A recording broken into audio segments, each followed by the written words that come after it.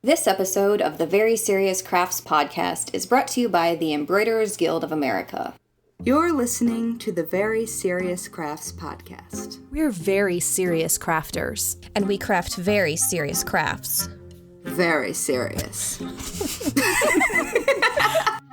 Hello, and welcome to Season 3, Episode 18 of the Very Serious Crafts podcast. I'm Heidi from Hands Occupied.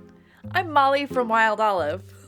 And I'm Haley from Red Handled Scissors and the Bones and Bobbins podcast. Today we'll be talking about knitting Afghans, glam pajamas, and another possibly haunted handmade doll. 'Tis the season, right? It is. This isn't even my other podcast. This is the non-spooky podcast. Yep. It's true, although I think we have had 100% more haunted dolls here. Actually, no, that's not true. Never mind. Anyway. Well, things have been busy. How's it going? Things have been busy over in my world. Yeah. Really busy. It's weird when you work for yourself and sometimes you're like, oh, I can't bring myself to like do the most basic of tasks because pandemic. And then suddenly you're like, oh, I have these things I want to do and I want to do them now. And then you do them. Within reason, though. Resting and not being manic is always a good thing, mental health friends. I'm bad at that. But if you can harness the mania into productivity and know when to stop, it can serve you, in my experience. But Sure. So the bullet points of the last week for me have been, I added merchandise to my shop, so physical objects. Very excited. I have enamel pins. So cute. Yeah. And I have a new logo, which is boring for everyone except me. No, it's really cute. I like it. And very time consuming to deal with. That's the thing that you always forget about changing a logo. Yeah. And then Yes. as of this morning, I also launched my newly revamped YouTube channel. So I've been busy and I'm going to take a nap later. I think you deserve a nap. Yeah. And like an ice Most cream. Definitely. A nap and like an ice cream. Yes. Yeah. I agree. Yes. All of those things. Please do that. Yeah. Mental health. Okay, so I feel very SpongeBob here, but I ripped my pants.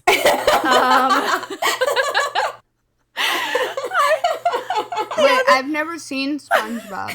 There's an episode where he rips his pants and everyone laughs, and he like uses it for comic relief basically for the entire rest of the episode. And I had one of those moments where I ripped my pants the other day, and I know you both relate to this because we've talked about this before, but it was a pair of sleep pants. My left butt cheek. Yes, yeah, exactly. It was my left butt cheek. Oh my goodness.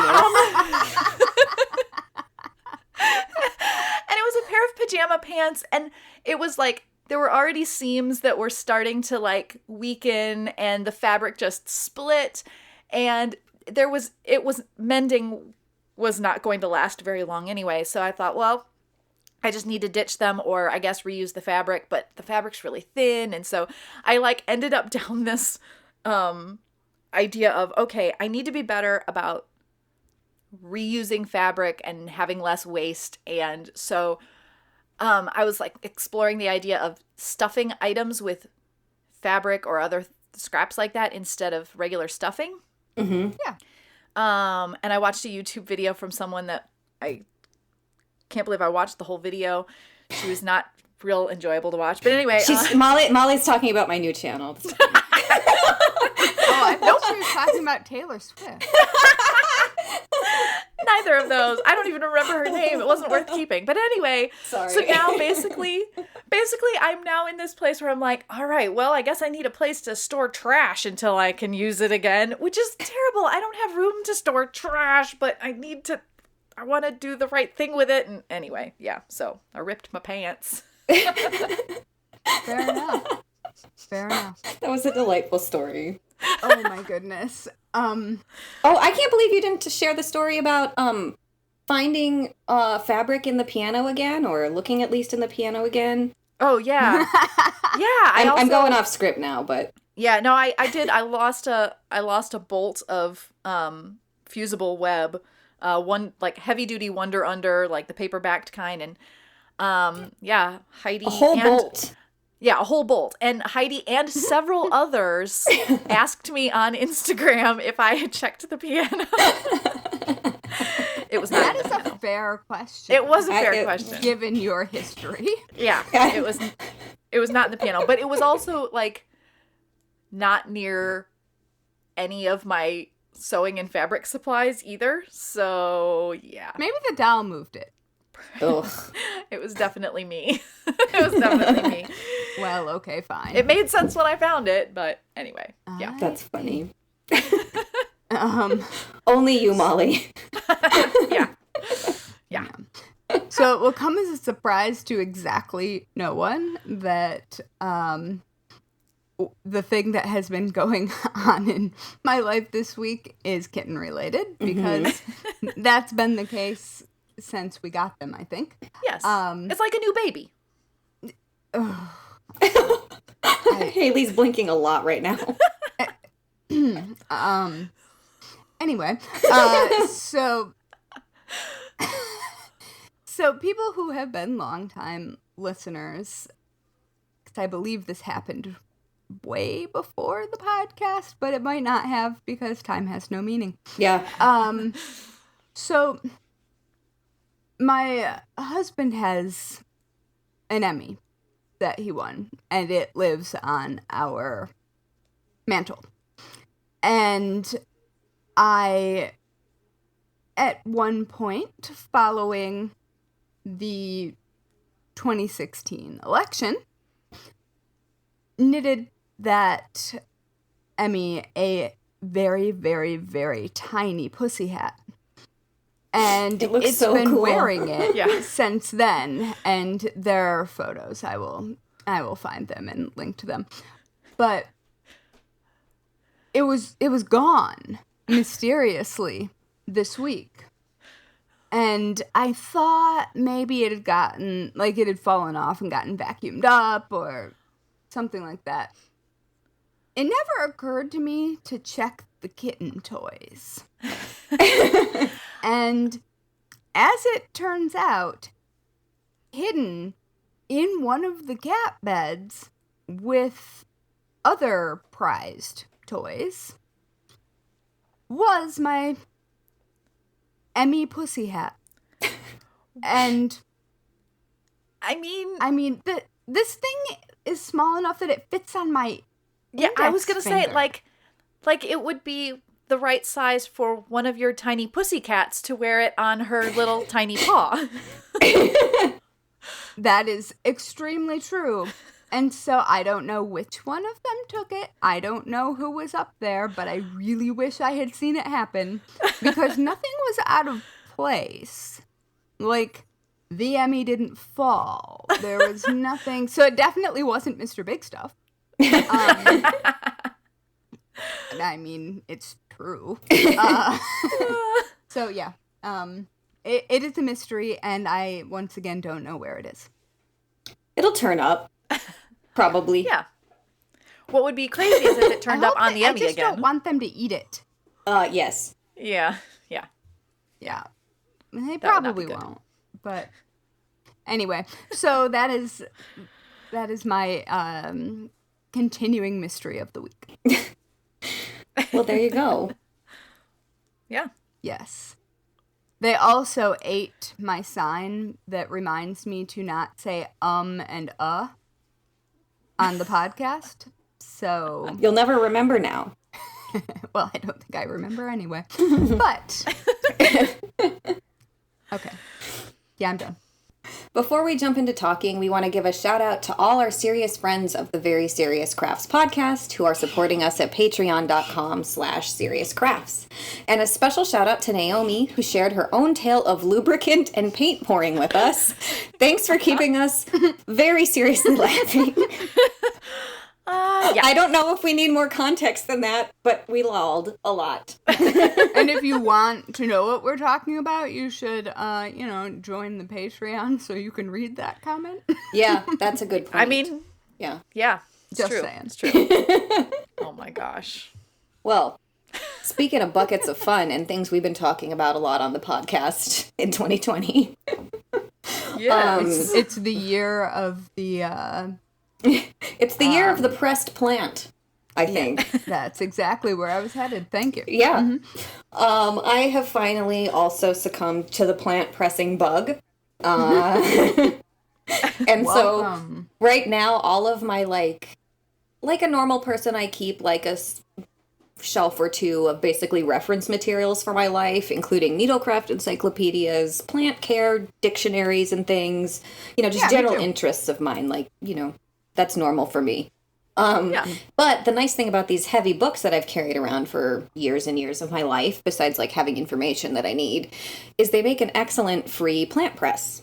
So I've done the method that I used as a kid, which is just, picking out a choice leaf or two or a flower, pressing it in between 2 pages, and then just ignoring it for 2 weeks and seeing what happens on the other side. So I can't remember, like, I know I didn't do anything that involved like flower with like a stamen or anything that would need like extra moisture or like size leaves work taken well out. like that. Yeah.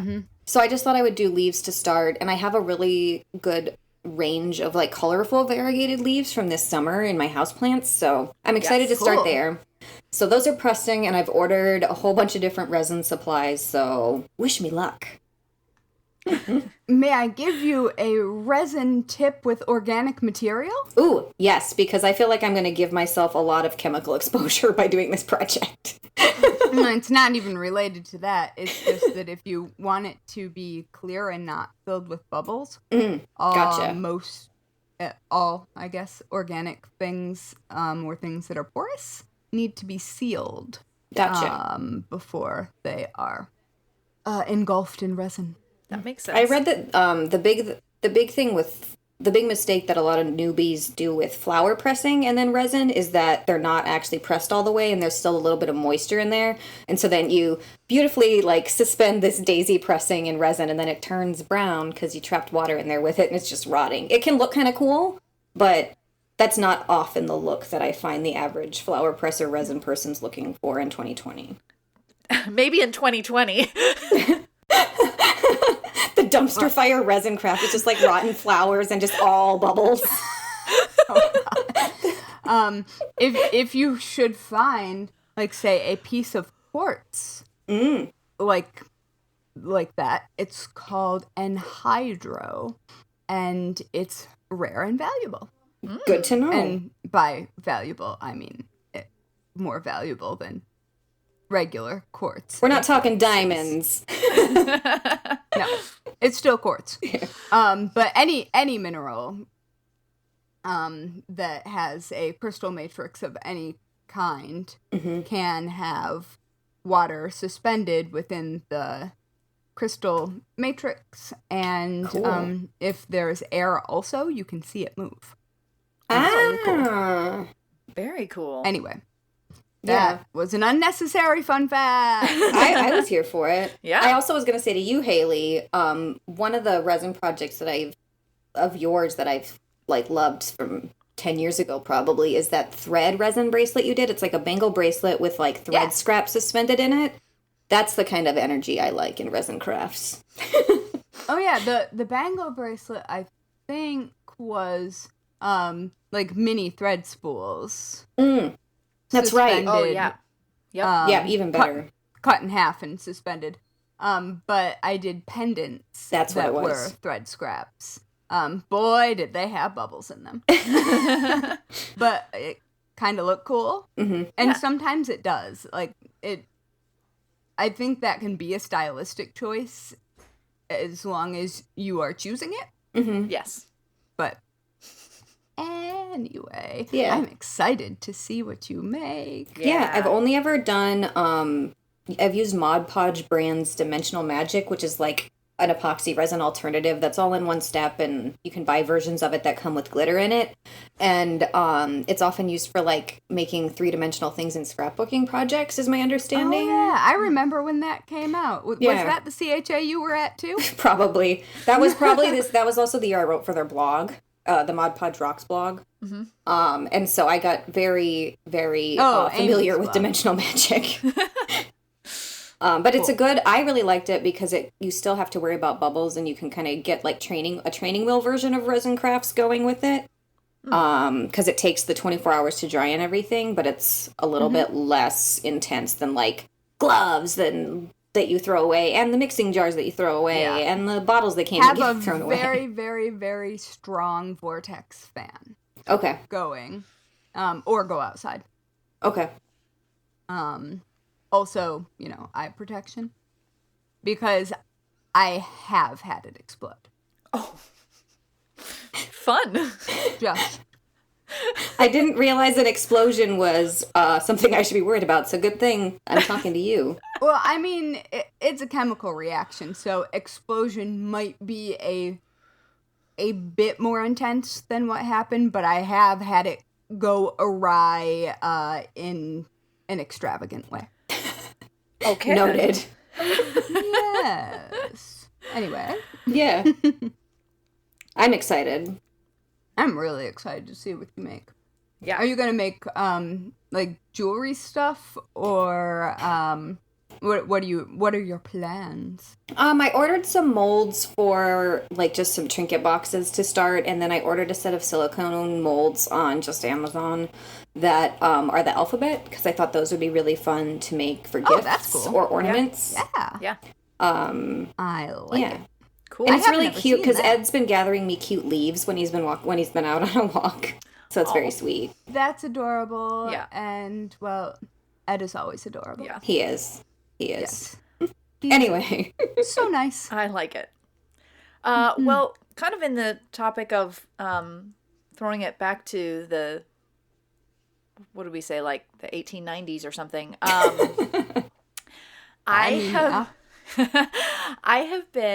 I just finished watching the entire series that is available anyway. I don't know if they ever made more episodes, but a show called A Stitch in Time, and it's on Amazon Prime. Oh, yeah. Have you I watched love it? That show. Uh-huh. Oh, I knew you would love it, Haley.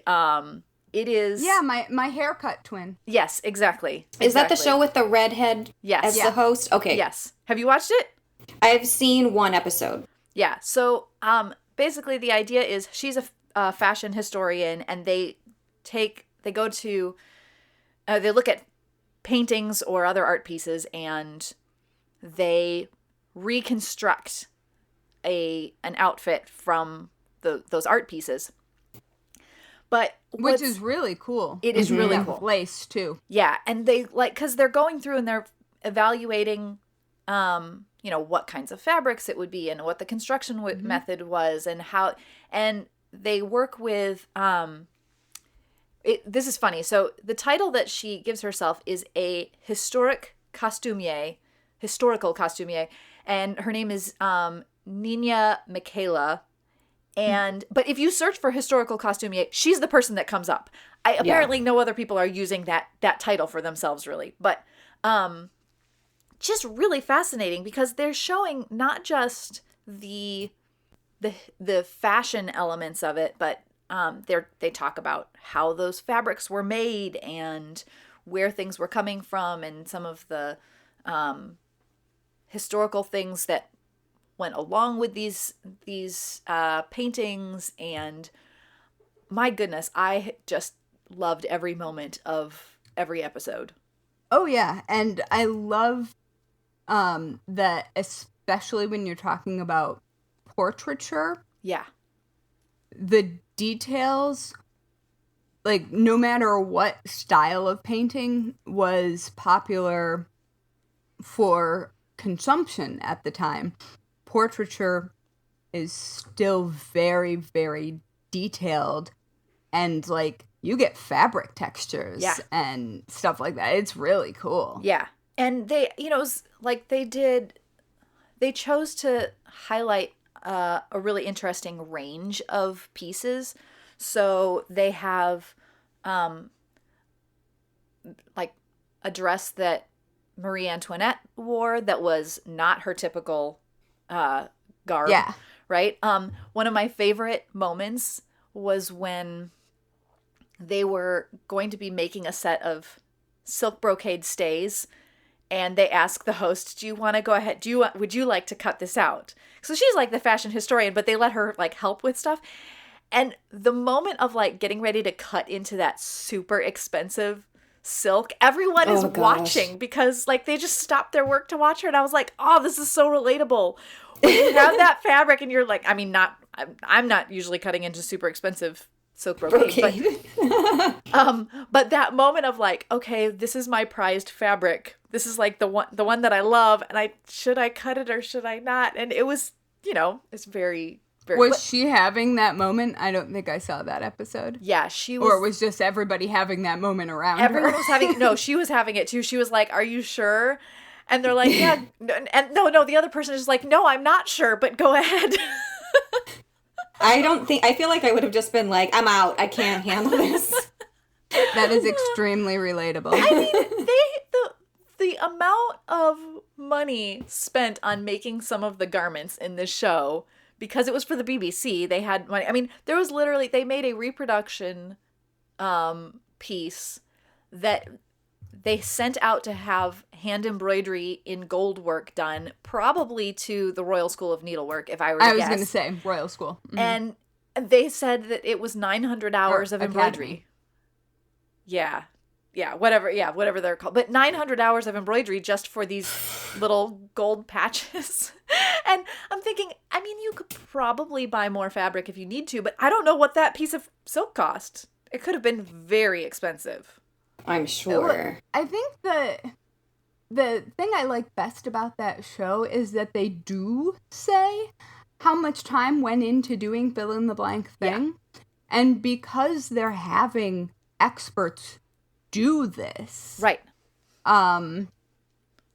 It's like very real information that you're getting. Yeah, I mean, and I think that really says a lot about how much craftsmanship and time used to go into a single piece of clothing. That they estimated that those patches that took 900 hours to embroider probably would have taken a single craftsperson about 10 days to sew on. Wow. Yeah. And they use all like traditional techniques for making things. So that was, but it's also like, I felt like I learned even some new techniques while watching. Mm-hmm. Things for sewing leather, or they use like a hammer to flatten leather seams that I yeah, I use a hammer to flatten all seams. Yeah, like I've just never I have a specific thought hammer about it for it. Yeah. Mm-hmm. Totally. Mm-hmm. Yeah. And it works so well. Like it makes especially if you're doing French seams, it makes stitching them so much easier. Yeah, that makes sense. Yeah, it was so also it's fun.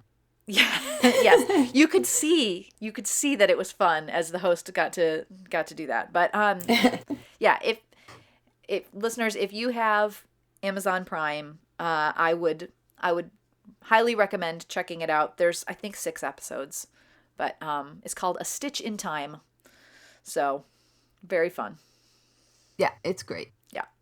And her hair is just like the most perfect color of red, that if red were an easy color to maintain, I would totally do it, but it's not worth the effort for me. Well, and her fashion I don't know is if awesome that's as well. It's very she's definitely got her unique style going on.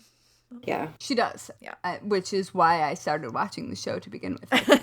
I mean, I was like, certain, one of me. They talk about, people talk about how like similar energy attracts similar energy. And so that makes a lot of sense for you, Haley. Mm-hmm. But she also wears a lot of hats. That is so true. It's entirely possible that, and I don't know if red is her natural hair color, but if it isn't, it's entirely possible that she gets to be way more chill about the upkeep. Oh, because of the hats. Yeah. Good point. Yeah, there's no way maybe she's just a genius. It's such a good red, though. It is. Yeah. And now we're talking about color again, folks. Is anyone surprised? No. So I guess somewhat on the subject of pressing things and keeping things. Yeah, That's a little reach. That's a little reach. Oh, gosh, fine. All right, so I'm sure that I've mentioned, I don't remember any specific episodes, but it can't not have happened because I feel very strongly about this. I have not been a scrapbook person ever. Same. I have also never been a paper craft person, except maybe paper flowers because I like making those. But I no longer hate scrapbooking. What Great. happened? Yeah. Haley's like, or Heidi's like, that's awesome. And I'm like, what was going on? All right. So I've been very slowly culling my bookshelf, basically, and pulling off things I don't need, books that I got a decade ago to review for fill in the blank blog, whatever. Yeah. That I don't need anymore. And one of the things that is sort of taking up a bunch of space on my bookshelf is two like very large 3-ring binders that are basically odds and ends that I have kept, but they don't have a place. Mm-hmm. So the things that you would put in a scrapbook. And I wanted to go through them. Right now, they're sort of stored in a combination of page protectors and baseball card slots. Mm-hmm. So I wanted to get rid of them and like really go through them and actually see if there were things that could just go, because I'm quite sure that there are a lot of things that can just go. And so I wanted something that was just more contained. And so while I was doom scrolling at some point in the past couple of weeks, an ad for scrapbooks from Mochi Things came up. And I really like that store because compartmentalizing everything, and I just like it. And they have the best stickers. I get them for my planner. I love them. Yeah, and I mean, their stuff is just, the aesthetic is amazing. Yeah. Yeah. And so I ordered 2 of their scrap albums that were very much in my style. So one of them that I got is like a ring-bound scrapbook, but the cover is basically graph paper. And it's like a whole kit. So it came with some stickers, it came with some photo holders that you can paste in and things like that. And so I'm really enjoying thinking about the layout, like actually looking at things and deciding whether or not I have tossed them in there because I didn't know what to do with them, or if I tossed them in there because I actually wanted to keep them. Mm-hmm. And so I'm not doing any of the decorating that goes along with traditional scrapbooking, or what most people think of as scrapbooking. But I'm sort of doing more, like, I was looking recently at my grandmother's scrapbook, and she has, like, letters and invitations to dances and Valentines from the 50s, and, like, just really, like, things that were meaningful, but there's nothing, like, she didn't glue butterflies to it. I mean, it's just a plain book organized in a way that allows for remembering things and enjoying things. And it was the first time I'd ever seen a scrapbook that I really liked, because it was just straightforward and it wasn't distracting, because the content was what I was interested in, not the embellishment. Right. And I have seen very beautifully done embellished scrapbooks, so I'm certainly not saying that can't also be a lovely way to do it, if that's your thing. Like, my cousin Heidi is really good at that, and I like how her things look, it's just not what I'm going for. Sure. Yeah. And so I'm enjoying this experience, and I feel really dumb for not realizing before that the scrapbooking experience could be whatever I wanted it to be. It's hard though when like every craft has its own culture. You know what I mean? And yeah, vibe. and that's just it. I mean, it's sort of like the revelation that the Modern Quilt Guild was. Like, oh, right, there are other people who are making things in an aesthetic that I like, that, like, there are a lot of people.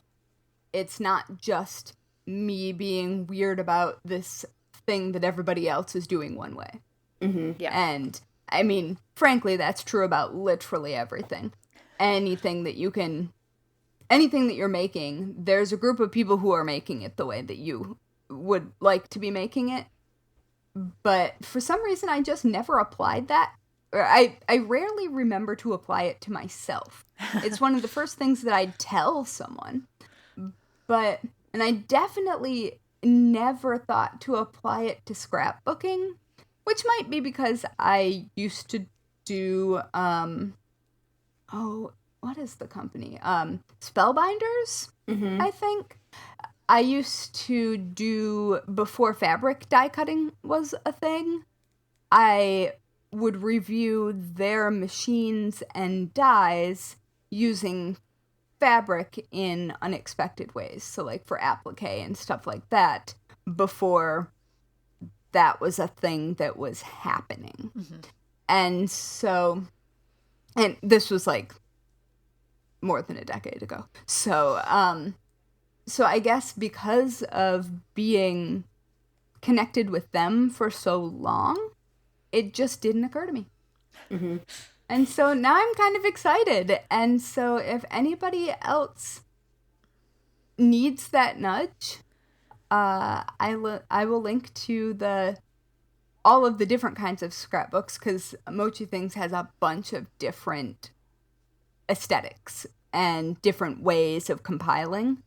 And I will link to them, and I will link to what I got as well, if anyone's curious. Yeah, and I will just say, I clicked on the link to the one that you got, and it's super cute. Yep. But like, and I got in a 2 sleek different sort of way. colors. You got, I did not obviously, I was going to say. I did not get the pink You one. did not get the pink. No, I like it. I like it. I would. But if I fill up the 2 that I've got and need another one, I'm going to have to get the pink one, because Lord knows, unless I need 2 more, and then they can be 2 and 2. You could use the pink one to document all of the extra little things that went along with you making your pink books. Yeah. I hate everything about that. Also, weirdly enough, I don't have much, because everything's done so digitally right now. Yep.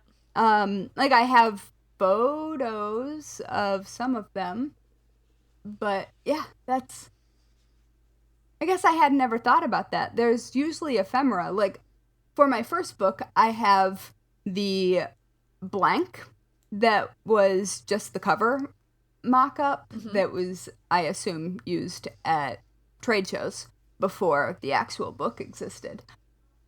And it's a beautiful bound blank book that has the cover of my That's cool. Of my book on it. Yeah, it's really neat, but that's kind of it. I have a couple of letters. Yeah. From editors and my agent. But, anyway, that was a rabbit hole we didn't need to go down. But, yeah, so scrapbooking. Maybe okay. I like that ringing endorsement. I mean, you didn't really expect me to do a dance about it. No, probably not. Nope. I'm going to change my entire blog over to scrapbooking. you know what? Forget this podcast and my other one. I am definitely starting a scrapbooking No. Anyway. You found your calling. Oh. Just kidding. Oh my gosh. We need to be done with that because I'm just going to get more sarcastic. Well then, on that note, this episode of the Very Serious Crafts Podcast is brought to you by the Embroiderers Guild of America. EGA is a community of stitch-minded people who inspire passion for the needle arts through education and the celebration of its heritage. Become a member today. Registration is now open for the 2021 National Seminar, The Magnificent Stitch, to be held in Chicago. Learn more at egausa.org. So lately, I've been really busy, like I said at the top of the episode, but it's kind of funny when you're busy working on a project, the kind of things that your mind wanders to do another project on. And so lately, as I've been working to launch my YouTube channel specifically, I keep thinking about making Afghans, because one of the things I'm making for my YouTube channel right now at the launch is a whole bunch of knitting stitch tutorials. But I've always, I've been a knit designer for long enough that I have a far too full drawer of swatches. And they're, different fibers, different sizes. And you say to yourself when you start swatching, this work is justifiable. Not only will I get my gauge, I can sew this into a blanket. But almost nobody makes standard size swatches. Yes. And almost nobody. And so what I'm trying to do is be a little more thoughtful about it and make sure that the swatches I'm making are the same yarn, even though it's different colors, and make sure that they're all 7.5 inches. So then I can easily seam them later, because that makes that work go a little further. And I hate to, waste good wool yarn on just a swatch if it's just for a video. Yes, it serves a purpose in being educational, but, I think I can be a little more eco-friendly if I'm thoughtful in, all phases of my making. So that's why I've got a small obsession, again, with Afghans. Well, beyond it being eco-friendly, it's time-friendly and hand-friendly. And, again, yes, it is for a specific purpose. And because I have these things not with swatches, just with all the different kinds of things that I'm making, but sometimes embroidery stitch tutorial swatches, if you will. And you just are like, okay, but I've put this time into this. It's not just about the, quote, waste of materials. It's also all of the things. And if you can make it work for you in more than one way, then of course that's a good idea. And I'm trying to stick to 100% wool, even if I'm going to use salvaged yarn or different yarn or leftover yarn. And I'm trying to stick to worsted weight because I wanted to go with whatever yarn I had the most of weight-wise in my stash. Yeah. And also that makes stitches easy to see. Sure. Yeah. Yeah. But specifically for if I'm thinking of the Afghan at the end of this, it's about care. Yeah. Yeah. But both of those things. Yeah, definitely. Hadn't thought of that. But yeah, so Afghans, they're fun. That's cool. There's so many people that wouldn't touch an Afghan project with a 10-foot pole, and I'm like, if you're knitting it in 7x7 squares, just start and you'll have a blanket in a year. Magic. Seam it on Christmas. I have this Granny book squares. that is, I can't remember what it's called. It's basically 100 Afghan squares or something. And it's just different stitch patterns to use for making an Afghan that way. And I started making one and I had situation going on with yarn and whatever. And I abandoned it. I had situation going on. But yeah, no, that's basically those squares are the same idea of what you're doing. But yeah, it's putting it together piece by piece and trying out different designs and stuff. I like it. Yeah, I love that idea. It's like mixing quilt blocks together to see what pattern you'd like to have. That sounds really fun. I wish that let's just say that I do not have standard swatches. I have swatches. I certainly do that. But they aren't blocked to a standard size and stuff like that. You could do something crazy like knitting tiny little bits to piece it all together and make it, like a Frankie crazy Afghan. Could. Yeah. Well, but half of my swatches are crochet. Even better. Okay. That would be insane. I hate crazy quilts with a fiery passion, though. Yes. And I feel like this would be... oh, God. Yeah. Not for you. Not for you. No. But I'm really excited to see what you come up with, Heidi. Yeah. I think that's going to be beautiful. Okay, Thank so you. how many squares do you have? Right now I've got like, let's see, 7 or 8, I want to say. Okay. So even with just when they're like 7.5 inches, it's pretty quickly the right size to be like a baby blanket, which is nice too. Yeah. Yeah, I was going to ask what your goal was, if it was... Well, my goal is to have a successful YouTube channel. Tune in, America, which is why I'm going for Yeah, consistency. we'll add a link to that also. Telling truths on the Very Serious Crafts podcast. Heidi Gusted trademark. I don't know approve. why I've got that fanfare thing. All right, guys. But yeah, that's me. I like it. All right. Should we get some more fanfare for what I brought to share today? I feel like it would be a goth fanfare. Yes, a goth fanfare. This isn't that old, actually, but I have brought to share another doll found at my house, and she's dancing around in the video chat right now.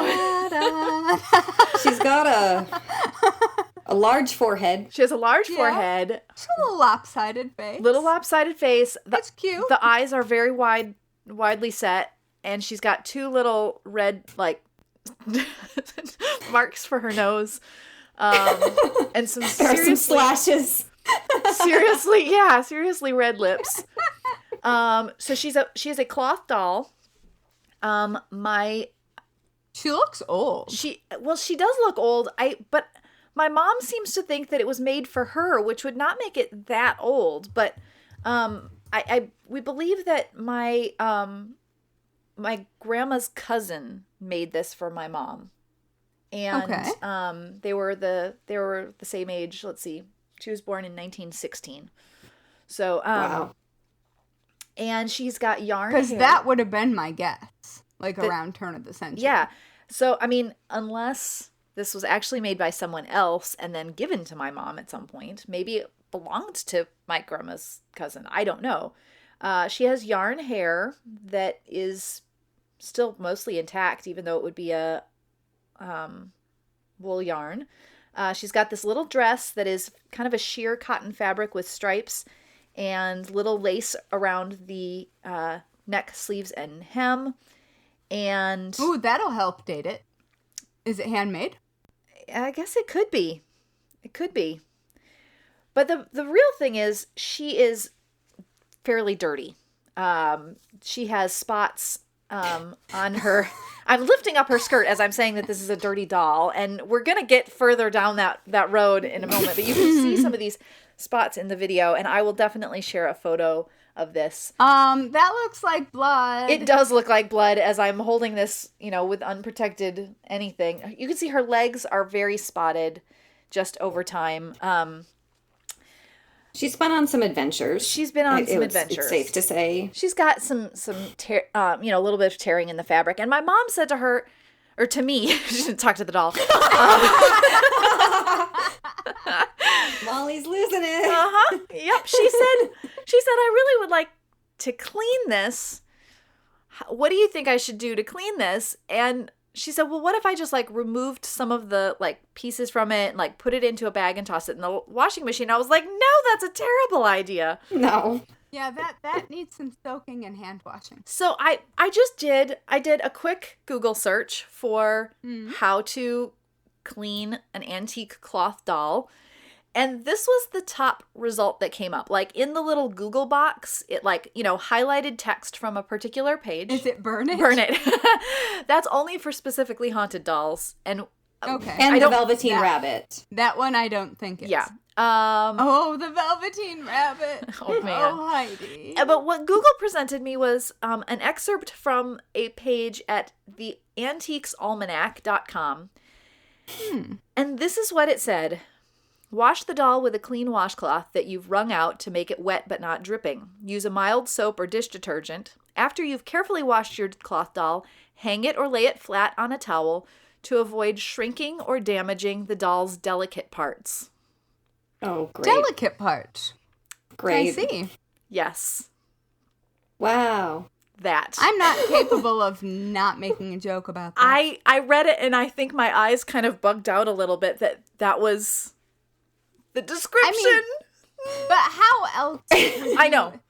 I would say the most delicate areas on the doll, or perhaps the most fragile places. But it all goes back to and there's no way to not cringe or giggle. Exactly. And it was at that point that I was like, okay, well, obviously we're going to talk about cleaning an antique handmade doll on the podcast because of the delicate parts. But it really, I will say, on this particular doll, the delicate parts are the dress. That is the thing. Yeah. And the dress is what is really, it's really stained. And her legs are spotty, but not as delicate. But it does actually say you could, if it's sturdy enough, you could toss it in the washing machine on the gentle cycle. But I don't think that's a good idea. That's not a good Not idea. with that one. No.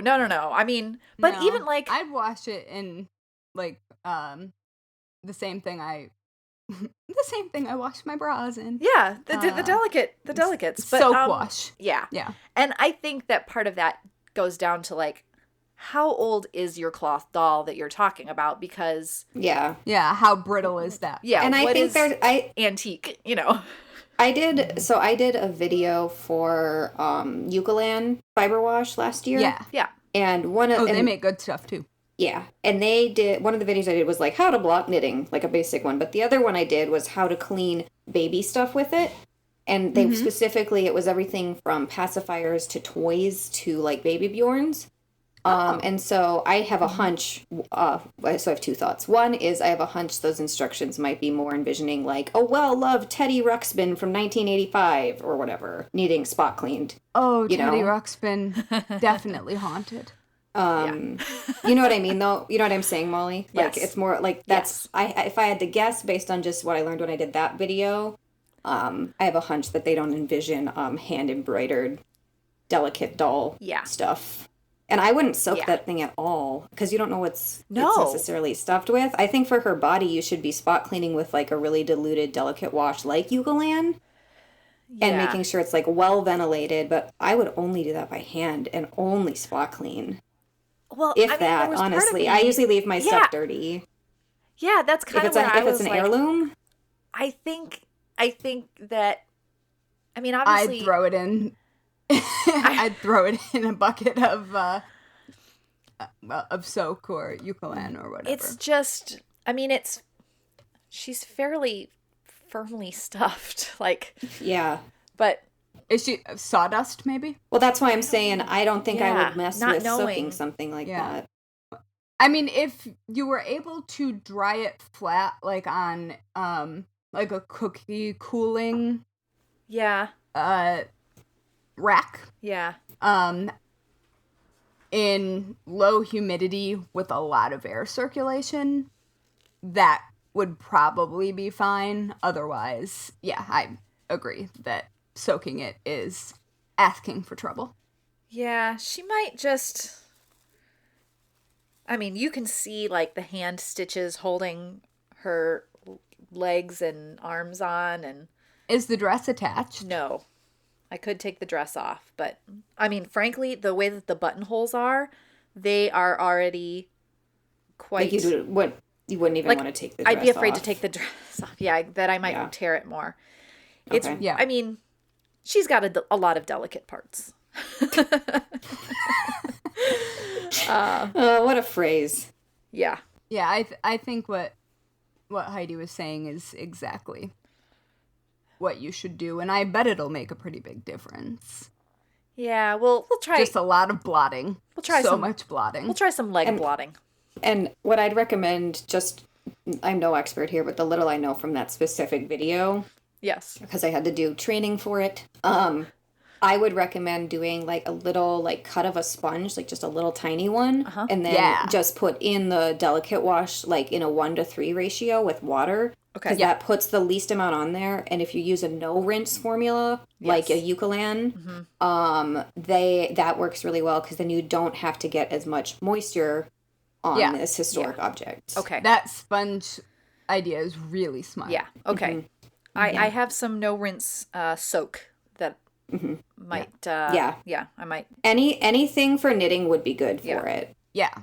Okay. And I think the spots that I'm making fun of are actually probably rust. Yeah, there's too much on here in different spots that I think something really bad would have happened near this doll if it's actually blood. I'm thinking she got set on a shelf for a really long time. Yeah. Yep. Yeah.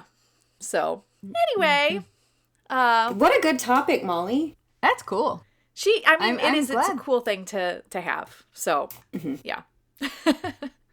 Haunted or not. Haunted or not, exactly. Oh, I like that. That makes me happy. I like to see a well-loved item cared for. Yeah. Well, what else is making you happy today, Haley? Pajamas. It's a good one. That works for me. Yeah. Yep. So, due to having largely not left my apartment because of COVID for 5 months, almost 6 months? I don't know. It's been a long time. Yeah. And because we've all been doing an awful lot of video meetings. And sometimes you have to look pulled together, but you have just pulled yourself out of bed. And I can say that at this very moment, I am sitting here in my pajamas.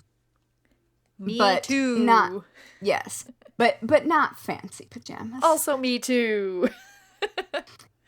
But so I sort of stumbled across this idea of beach pajamas that were big in the years between world wars. Yeah.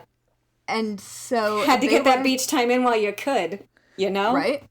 Well, but they were also a very, very early women wearing pants and it being fine. Mm-hmm. Or less scandalous than it otherwise would have been. And so I came across this article called The Interwar Gender Bending Glamour of the Beach Pajama. Nice. And I was just like, yes, I am here for it. I don't even need to read anything else. But there are a lot of historic photos of these, and basically it looks a lot like our jumpsuits. Yeah. But they look so comfortable, but also so stylish. And there are photos of both more formal settings or actually being on the beach. And I love it. I think that it is such an interesting clothing fad. And obviously, many of these things were handmade.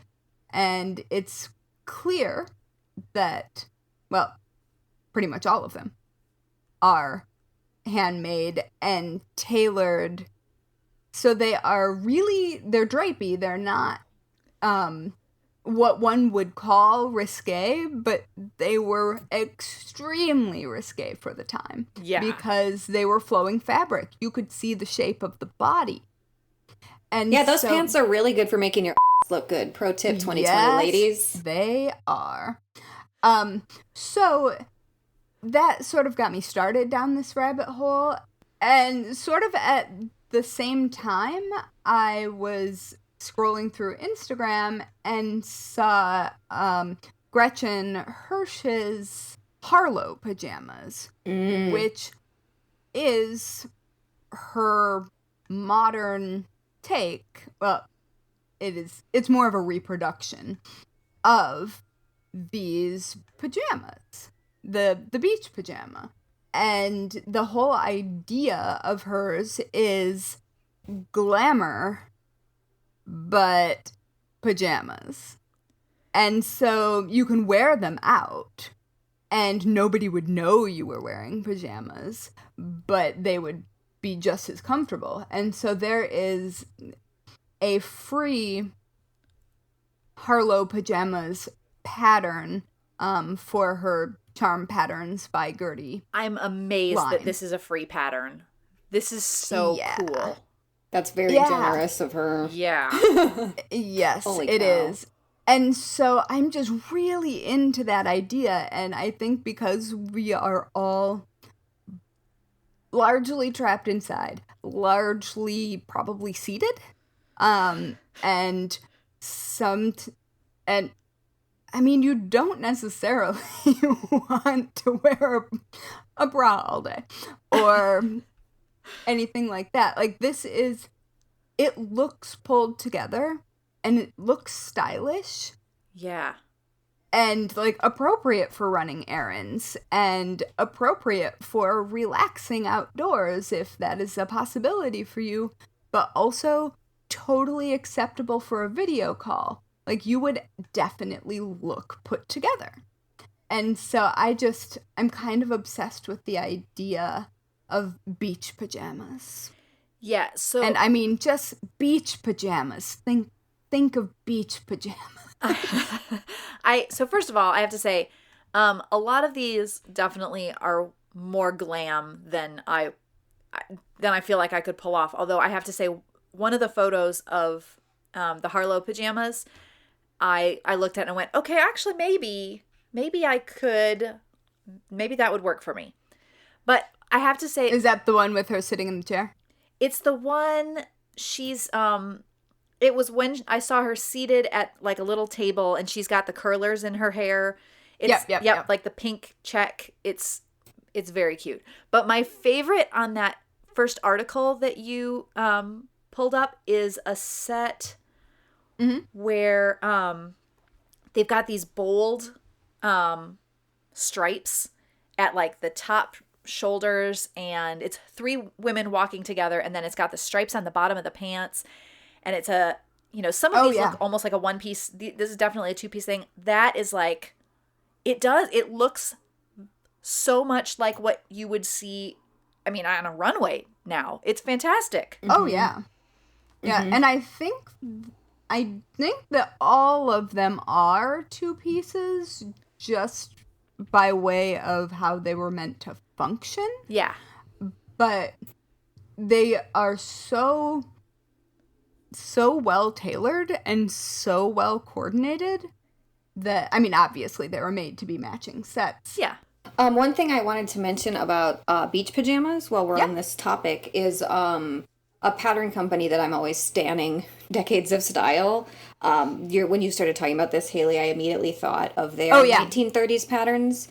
I mean, you can't really compete with Gertie's free pattern, but Decades of Style has a beach pajama that I love. It's in this style. It's on their website in the section of 1930s patterns. I'll link it in the show notes. Cool. But very interestingly, they also have a pattern for kitchenette pajamas from the 30s. So if you want to talk about next level lounging at home in vintage clothes from the 30s, let's talk about kitchenette pajamas. I mean, I'm looking at them, and it seems that the difference between beach pajamas and kitchenette pajamas is a back fastening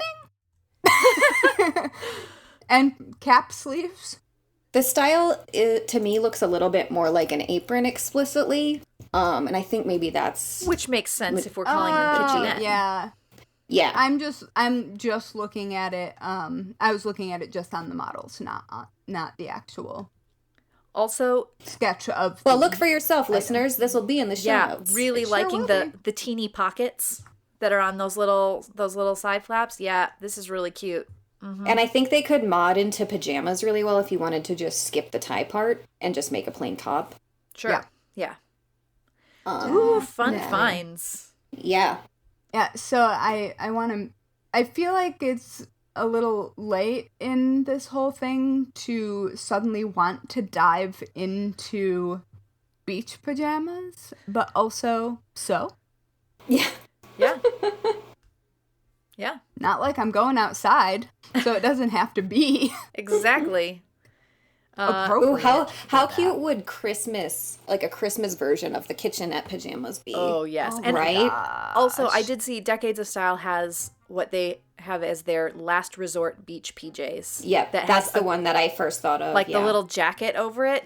That would be perfect for Christmas because then you've got the extra little cover up to keep you warm. And you could add a fur line, like our faux fur collar, so it's very Santa-ish. Oh my. That is delightful. And there's an example of the little jacket in practice in the article that has the historic photos that we will also link to. Yeah. And I love that part, and I didn't even think about bringing it up, but as very pale people, that would be an extremely useful addition to a beach pajama. Very true. Because otherwise, yeah, you'd need so much sunscreen. Yes. Well, and I mean, honestly, anybody should wear the jacket because everybody needs sunscreen. Yes. It's true. So Well, never mind. I this- rescind my very, very pale comment, and I'm just gonna go with blanket everyone. Yes. Yeah. Very Well, true. this has been a delightful conversation, but we've been talking for a We while, have ladies. been. This has been a long one, but lots of good stuff to chat about today. Shall I wrap this up? Yes, please. Thanks for listening to the Very Serious Crafts podcast. You can follow us on Instagram and Twitter at Serious Crafts and on Facebook at Very Serious Crafts. You can also find show notes and all things Very Serious Crafts at veryseriouscrafts.com. And finally, if you're a fan of the Very Serious Crafts podcast, leave us a 5-star review on whichever platform you use to listen to podcasts. Good ratings help us show up in recommendations, which helps more people who love crafting find us. Yeah. Thank you. Pretty please. Yay!